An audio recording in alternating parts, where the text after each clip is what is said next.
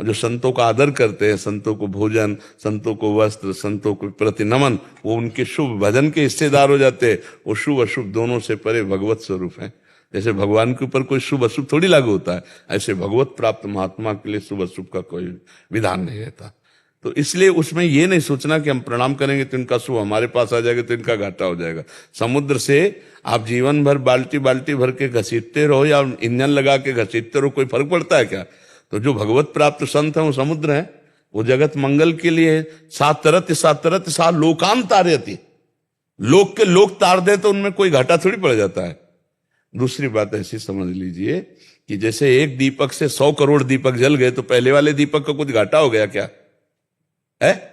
ऐसे संत जल होते। जो नए साधक के लिए अगर कोई ऐसा प्रणाम करता है, बचना चाहिए। साधक को या सामने वाले को? साधक को बचना चाहिए। सामने वाले के तो प्रणाम योग्य श्रद्धा है, जो साधु वेश देखकर प्रणाम करता है, पर नए साधक को देहाभिमान पुष्ट होने की संभावना है। इसलिए सम्मानम कल्यात घोर गर्लम नीचापमानम सुधा, श्री राधा मुरलीधरो भज सके वृंदावन मात्यज। सम्मान को घोर विष के समान समझे और नीच पुरुषों द्वारा किया हुआ अपमान अमृत के समान समझे और निरंतर भगवान में स्थित होने के लिए भजन करे। ये सम्मान अगर नया साधक लेने लगे तो मर जाएगा। सामने वाला तो अपनी श्रद्धा अनुसार प्रणाम नमस्कार दंडवत प्रणाम करता हाँ, है, लेकिन तो इसको कैसे स्वीकार? हाँ, जैसे अब साधु वेश में है तो ये गुरु जी का दिया हुआ वस्त्र है, ये गुरु जी का दिया हुआ, और जो प्रणाम कर रहा है तो साधुता को प्रणाम कर रहा है, तो साधुता इष्ट और गुरु से संबंधित है।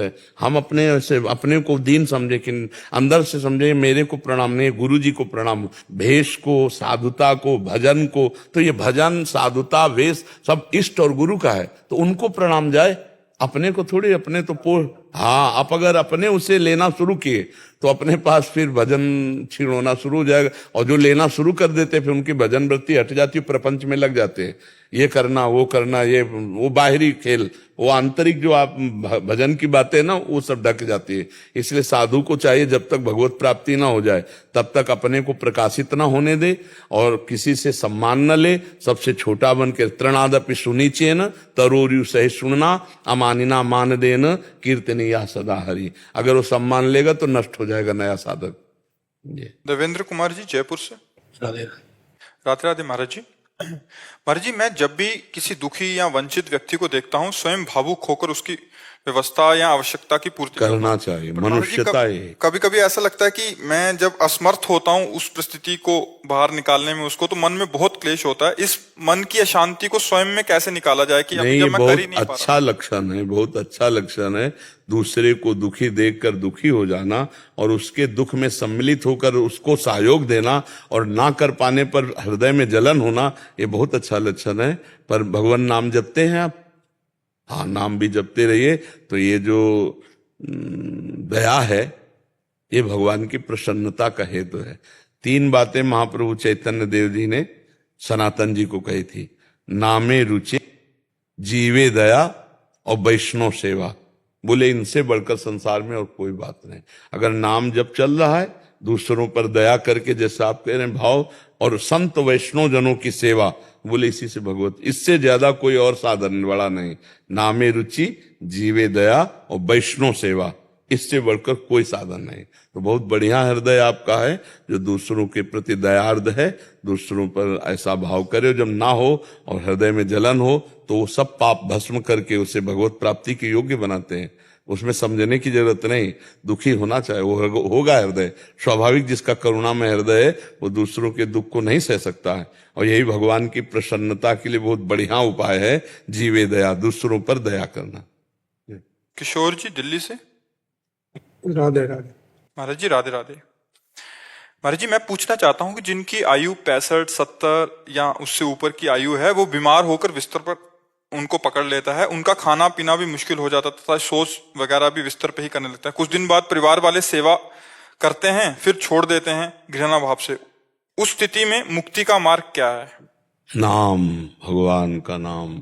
अपवित्रः पवित्रो वा सर्वावस्थांगतोऽपि वः या स्मरेत पुंडरीकाक्षम स्वायाभ्यंतरा शुचि। वो चाहे शौच में पड़ा हो, चाहे वो स्नान किए हो, नाम भगवान की ऐसी महिमा है, इसके लिए कोई विधि निषेध नहीं। जो भगवान का नाम स्मरण करता है भीतर और बाहर से दोनों जगह से पवित्र हो जाता है। और ये तो बड़ी कृपा है कि ये बात समझ में आ जाए कि कोई अपना नहीं है। और भगवान का भरोसा जागृत हो जाए, अपने कर्मों का भोग जो मिले उसे सह ले और नाम जप करते हुए शरीर छोड़ दे तो भगवान की प्राप्ति हो जाएगी। यहाँ स्वार्थ का सब प्रेम है, स्वार्थ हटा तो फिर कोई प्रेम नहीं करता। तो ये तो मान लो आप वृद्धावस्था की बात करते हो, हम वैसे भी कहते हैं हर परिस्थिति में जब तक जिसका जिससे काम निकलता है तब तक वो यार है, मित्र है, प्यार है, सब है। और जिस दिन काम लायक नहीं रहा तो ना यार, न प्यार, न मित्र, न कोई संबंध नहीं। ये संसार बड़ा झूठा खेल वाला है। अपने सगे पुत्र अपने बाप को पीट करके घर से निकाल देते हैं, अनाथालय भेज देते हैं। या एक माई आंखों से अंधी थी तो उसका बेटा कि चलो तुम्हें दवा करवाएं, और स्टेशन में छोड़ गया। संसार बड़ा, अब सोचो वो अंधी माई कहां से पानी पिएगी, कहां लघुशंका करेगी, कैसे सोएगी। ये वो बालक नहीं सोच रहा कि मुझे पैदा किया है, इस समय नेत्र तो मैं हूं इस माँ के, लेकिन वो माँ को स्टेशन में छोड़ जाता है। बड़ी समस्या है। इस सब समस्याओं का समाधान करने के लिए भगवान का नाम गरज रहा है। जो भगवान का नाम लेंगे उनका मंगल हो जाएगा। भगवान मंगल भवन है। हम ये तो नहीं कह रहे कि वो बड़े सुख की व्यवस्था में पहुंच जाएंगे, लेकिन उनका जो पाप है वो नष्ट होकर भगवत प्राप्ति करा देगा। नाम जब अपने पुत्र के बहाने नारायण बुलाया तो भगवान के पार्षद आ गए, और जब जानबूझकर राम राम नारायण नारायण राधा राधा बोलोगे तो परम कल्याण हो जाएगा। तो नाम जप करना चाहिए। नाम जप से भगवान की विशेष कृपा प्राप्त होती है। साधक नीलम भगत जी, नर्मदा तट, जबलपुर से। राधे राधे महाराज जी। महाराज जी का महाराज जी, हमारी उपासना मात्र भाव की है। साधना के मार्ग में मन में कोई कुशंका होती थी तो श्री रामकृष्ण वचनामृत भाई जी की वाणियों से समाधान हो जाता था। आज वही कार्य आपके सत्संग से हो रहा है। श्री जी द्वारा कृपा से वही प्रकाश आज आपकी वाणी से उद्घोषित हो रहा है। महाराज जी, प्रार्थना है कि हमारे जो एक दो प्रश्न हैं महाराज जी, साधना में उन्माद अवस्था व तीव्रता प्राप्त कैसे होगी? महत्व बुद्धि जो हमारी भगवान के नाम में और भगवान में इतनी हो जाए कि उनसे समान या उनसे बढ़कर कोई त्रिभुवन में ना रह जाए। जैसे सरल भाषा में हमारे अंदर भजन मार्ग में हम चल रहे हैं, भगवान की प्राप्ति की लालसा है, लेकिन कोई भी भोग सामग्री मिल जाती है और हम भगवान को भूल जाते हैं तो वो भोग सामग्री भगवान से अधिक हो गई। रुपया, पैसा, मान, प्रतिष्ठा, कुछ भी, या कोई दुख, ऐसा दो ही बातें हैं जो हमारे तन्मया स्थिति में बाधा पहुंचाती है। एक है प्रलोभन और एक है भय। कोई दुख, कोई विपत्ति, कोई अपमान, या कोई सुख, कोई संपत्ति, कोई मान, ये जब हमारे प्रभु की समानता या प्रभु से अधिक हो जाते हैं तो प्रभु का विस्मरण हो जाता है। अब हमको देखना है कि उत्तम महाभागवत वो है जो त्रिभुवन की राज्य लक्ष्मी मिलने पर भी आधे पल के लिए भी अपने प्रभु का विस्मरण न करे, वो महाभागवत। तो जब हम भगवान की तन्मया स्थिति प्राप्त करने के लिए अव्यावृत भजनात्, अखंड भजन, निरंतर भजन, तो हमारे अंदर रोना प्रारंभ हो जाता है। एक विकलता होती है, उस विकलता में सहा नहीं जाता, रहा नहीं जाता, तब वो प्रेमोन्माद चढ़ता है। सुने न काहू की कही, कहे ना अपनी बात, नारायण वा रूप में मगन रहे दिन रात। विरह कमंडल कर लिए बैरागी दो नयन, मांगत दरस मधु करी, छके रहते दिन रैन। हृदय में बस तड़पन व्याकुलता, हा स्वामी, हा नाथ, हा प्रभु, कब मिलो। क्योंकि वो निरंतर सुमिरन परायण है और उसके भाव में भगवान की रूप माधुरी रहती है। और वो उस रूप माधुरी को केवल भाव में नहीं, वो प्रगट देखना चाहता है, प्रगट मिलना चाहता है, तब उसके अंदर प्रेमोन्माद जागृत होता है। जब त्रिभुवन में कहीं भी कोई वस्तु, व्यक्ति, किसी भी तरह का द्वंद्व उसको विक्षेप ना पहुंचा पावे। हमको इतना भजन एकतार करना है कि भूखे रह करके, अच्छा प्रसाद पा करके, सम्मान प्राप्त करके, अपमान प्राप्त करके, हर स्थिति में मेरा भजन न छूटे। कैसी भी सुखद या दुखद परिस्थिति हो, भजन ना छूटे। तो भजन के प्रभाव से फिर प्रेमोन्माद जागृत होता है। भजन नसेनी प्रेम की। जितना भजन हमारा तन्मयता पूर्वक होता जाएगा उतना हम ऊंचाई पर चढ़ते चले जाएंगे और फिर कोई प्रश्न ही नहीं रह जाएगा। ब्रह्मभूता प्रसन्नात्मा न सोचते न कांक्षते, न कोई चाह रह गया, न कोई प्रश्न, सब समाधान हो जाता है। एक अद्भुत आनंद। और फिर भजन सुनना होता, करना नहीं पड़ता। भजन देखना होता है, करना नहीं पड़ता। सामने प्रभु दिखाई दे रहे हैं, चिंतन स्वाभाविक हो रहा है, जैसे कामी नारी प्यारी जिम लोभी जिम प्रिय दाम तिम रघुनाथ निरंतर प्रिय लागो मोहिराम। स्वाभाविक सहजानंद की अवस्था उसके अंदर बनी रहती है। तब वो छिन छिन रुदन करंत छिन गावत आनंद भरी छिन छिन हार हसंत यह जो कृपा हरिवंश की छिन छिन बिहरत संग छिन छिन निर्खत प्रेम भरी छिन जस कहता भंग यह जो कृपा। वो छिन छिन अपने प्रीतम के लिए रोता है, हंसता है, गाता है, नाचता है। ये प्रेमोन्माद स्थिति अंदर उसके जागृत हो जाती है। पर अव्यावृत भजनात्, अखंड भजन, निरंतर भजन, अनन्यता भी उसमें वो अपने आप आ जाएगी। क्योंकि प्रभु से बढ़कर के जब हमारी कोई मान्यता ही नहीं है तो प्रभु ही हुई है ना। एक भरोसो, एक बल, एक आस विश्वास। जब प्रभु से बढ़कर कोई है ही नहीं हमारी दृष्टि में तो अनन्यता तो अपने आप आ गई। अनन्यता खोजनी थोड़ी पड़ती है। हम प्रभु से बढ़कर कुछ मान रहे तो अन्य है। जब हम प्रभु के समान किसी को नहीं मान रहे तो प्रभु से बढ़कर क्या होगा। लेकिन ऐसी स्थिति नहीं होती, किसी बिरले साधक में होती है। नहीं, अच्छा भोजन मिल गया तो भोजन पाने की धुनी में प्रभु को भूल गए। हमारा कोई सम्मान वाली बात आ गई तो घंटों प्रभु को भूल गए। अर्थ वाली बात आ गई तो घंटों प्रभु को भूल गए। तो वो मतलब बहुत कमजोर साधक है, वो अभी प्रभु को समझा नहीं। प्रभु कोई भी त्रिभुवन का सुख या दुख हमें भगवान से विस्मरण की स्थिति में ना आने पाए, भगवान से विमुख न कर दे, फिर तन्मया, फिर उन्माद अवस्था आ जाती है। महाराज जी, आत्म उत्सर्ग सारे धर्मों का सार तत्व है।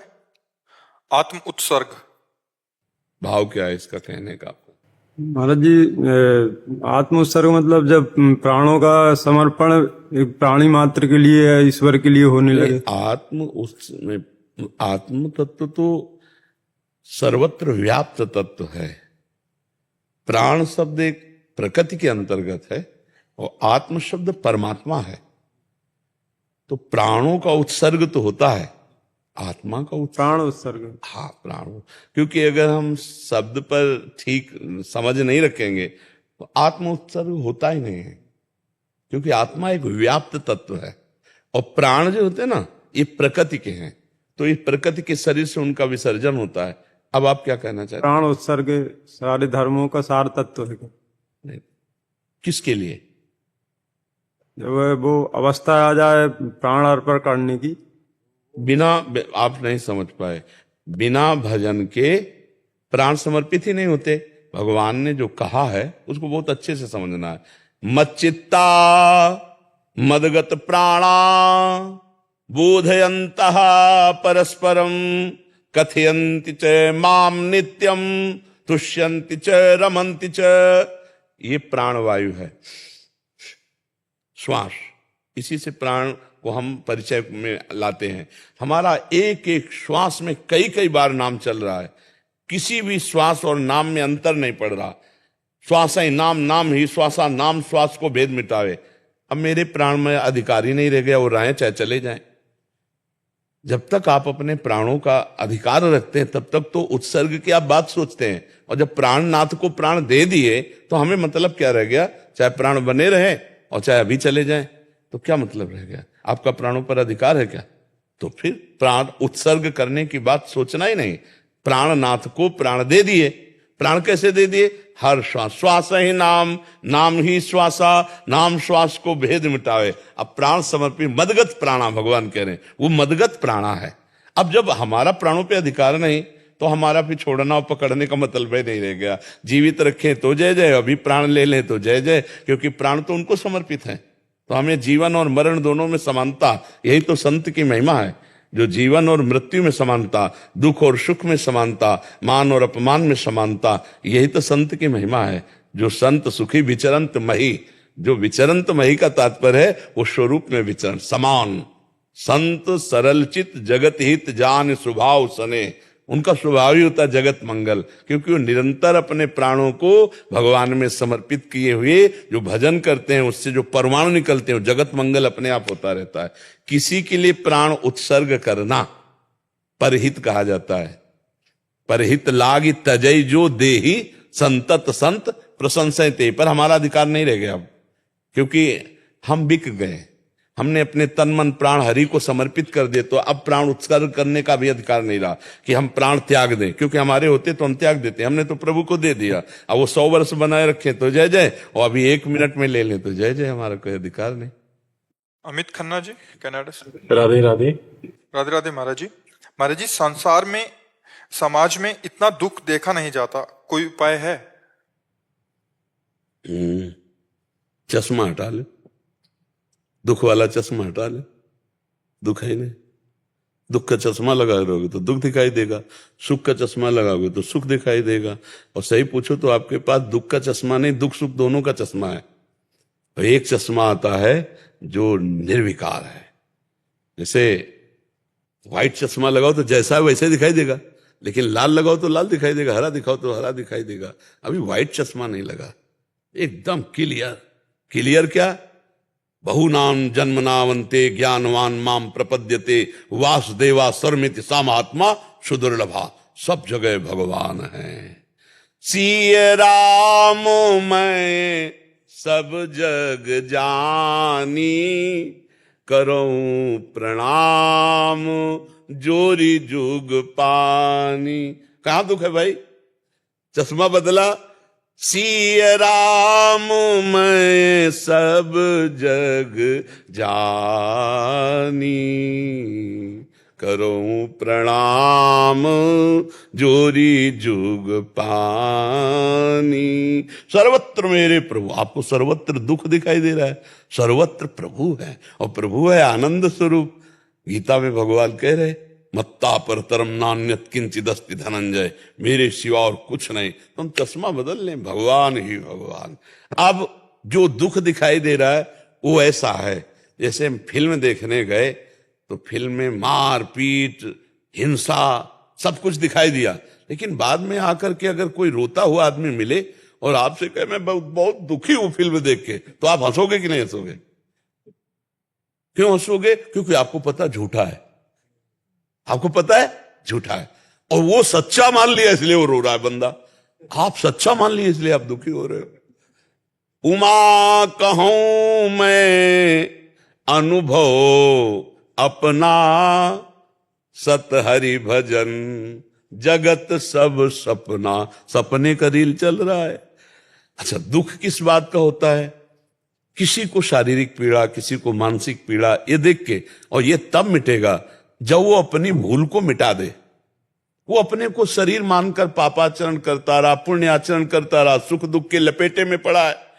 अगर वो अभी देखे तो चेतन अमल सहज सुख राशि, ईश्वर अंश जीव अविनाशी। अविनाशी भगवान का सुख राशि, भगवान का अंश, वो कभी दुख पा ही नहीं सकता। तो भूल से दुखी हो रहा है, वो भूल मिटाने के लिए अध्यात्म है, और अध्यात्म को स्वीकार नहीं कर रहा, मनमानी पापाचरण कर रहा है, तो कभी दुख नहीं मिटेगा। दुख चिंता शोक भय उद्वेग ये उसके अंदर बने रहेंगे जब तक भगवान का भजन नहीं करेगा। तब लग कुशल न जीव को सपने हो मन विश्राम, जब लग भजत न राम को शोक धाम तज काम। तो मुझे लगता है भगवान का भजन आप भी कीजिए, और जिनको आप दुखी देखते हो उनसे कहिए कि आप भी भगवान का आश्रय लेकर भजन करो, तो मंगल भवन अमंगलहारी भगवान है, समस्त दुखों को मिटा देंगे। और ऐसे तो दुखी रहोगे, ऐसे तो दुखी रहो। दुनिया में इतना दुख है कि आप देख देख कर डिप्रेशन में पहुंच जाओगे, इतना दुख संसार में है। और अगर आप भगवान के भजन में मगन हो तो आपको ये फिल्म जैसा दिखाई देगा। कहीं जन्म हो रहा है, कहीं मृत्यु हो रही, कहीं विवाह हो रहा है, कहीं विषाद हो रहा है, कितना चल रहा है संसार में। देखो ना, कहीं एक्सीडेंट में चकनाचूर हो रहे, तो कहीं पार्टी मन रही है। यहाँ सब पूरा भगवान का माया जनित खेल हो रहा है, सत्य कुछ नहीं। एक भगवान विविध रूपों में अपने को ऐसा लीला दिखा रहा है। वही सृजन करने वाला, वही पालन करने वाला, वही विनाश करने वाला। वो अपने आप से अपने आप का सृजन, अपने आप से अपने आप का पालन, अपने आप से अपने आप का विनाश कर रहा है। यही अज्ञान दुख दे रहा है। अज्ञान हट जाए तो दुख नाम की चीज नहीं। दुख एक भ्रम है, वो हट जाए बस। ये शरीर मैं नहीं हूं, पर इतना भ्रम बैठ गया कि मैं ही हूं, अब दुख ही दुख भोगना पड़ेगा। शरीर को अपना मानने वाले को कभी सुख नहीं मिल सकता। जो सुख दिखाई देता वो सुख नहीं, ये सुख की छाया है, समझ पड़ती नहीं है, मेरे गिरधर की माया है। आज तक मिला सुख, देखो गृहस्थी में वो सब भोग भोग रहे हो, फिर वही से मन है, फिर वही चाह है, फिर वही। अरे चौथेपन अवस्था में तो कम से कम सब संसार से झंझट मिटा के भजन में लगना चाहिए। ये बहुत भगवान का भजन किए बिना समस्या का समाधान नहीं है।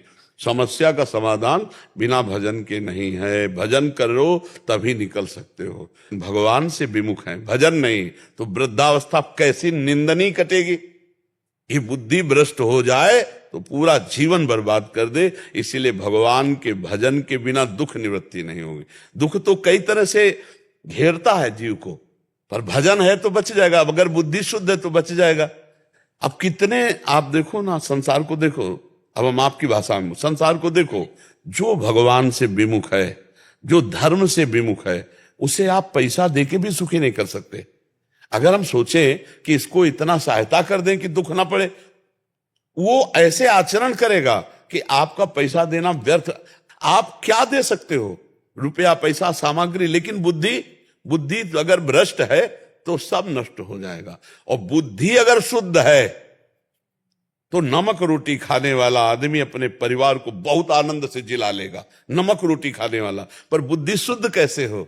धर्माचरण से, भगवान के भजन से। आज शराब पीना, मांस खाना, व्यभिचार करना, गंदे आचरण, ये स्वभाव लोगों का बनता जा रहा है। कैसे सुधारो? कैसे सुधारो? बिना भजन के, बिना अध्यात्म के दुख निवृत्ति नहीं है। आप सहृदय हो, इसलिए आपको ऐसा लगता है कि सबको हम दुख दूर कर दें, सब सुखी हो जाएं। पर तब लग कुशल न जीव कहूं, सपने हो मन विश्राम, जब लग भजत न राम को शोक धाम तज। जब तक भगवान का भजन, अरे भजन करने वालों की बुद्धि में थप्पड़ मार जाती माया, फिर जो भजन नहीं कर रहे उनको बख्श दे, ऐसा कैसे हो सकता है? भजन करने वालों की भी जीवन में टांग मारती है माया, है। बड़े बड़े भजनानंदी को मुंह भरा गिनाने की कोशिश करती है। कोई साधारण माया भगवान की है। और जब भजन नहीं करोगे तो क्या होगा? भजन करने वाले को तो धुबिया पछाड़ मारना चाहती है, और जो भजन नहीं करते उनकी दुर्दशा क्या होगी? उनकी पूरी जेलें भरी है, यही मन से तो भरी है। मन ने प्रेरणा की ये करो और बस जेल। अब किस किस को? एक जेलर साहब आए थे तो उन्होंने कहा मैं इस बात से दुखी हूं कि हमारे कैदी चिल्ला चिल्ला के रोते हैं। वो कहते हैं एक बार मुझे चांस मिल जाए तो मैं अब वो नहीं करूंगा अब वो करूंगा जो करना चाहता हूं। अब बोले हम उनको मुक्त तो कर नहीं सकते, अब उनको कैसे सांत्वना दें? तो हम कहा सत्संग सुनाओ, उनसे कहो नाम जप करो। हम ये नहीं कहते कि नाम जप तुम्हें जेल से मुक्त कर देगा, लेकिन तुम्हें शांति प्रदान करेगा, तुम्हारी बुद्धि की सही दिशा सोच की लाएगा, पॉजिटिव सोच आ जाएगी और संसार की जेल से मुक्त हो जाओगे। भारत की जेल से भले मुक्त लाओ, भव समुद्र से मुक्त हो जाओगे यदि भगवान का नाम जप करोगे। अब गलती हो गई, अब रोज रो रहे हैं, रोज चिल्ला रहे हैं, अब क्या होगा? पहले बुद्धि शुद्ध हो तो बात बन। इसीलिए बुद्धि को शुद्ध रखने के लिए नाम जप, भगवान का भजन करो, स्वयं करो और दूसरों को करवाओ तो दुख निवृत्ति हो सकती है, अन्यथा दुख भोगना ही पड़ेगा। अब तो क्या भजन करने वाले को दुख नहीं मिलते? दुख आते हैं पर भोगना नहीं पड़ता, क्योंकि भोगने वाला मन भगवान के आनंद में रहता है, इसलिए वो भोग नहीं भोगना। भोग है, शरीर में दंड है, दुख है, पर वो होते हुए भी नहीं है। अच्छा, संसार के सुख है पर बुद्धि शुद्ध नहीं है तो होते हुए भी नहीं है। आप विचार करो, कोई सरकारी आदमी को बढ़िया पेमेंट मिलती होगी, बढ़िया भोजन बनाने वाला रख ले, बढ़िया सब सेवा वाला रख ले, खूब भगवान का नाम जप करे, कथा, अब पूरा जीवन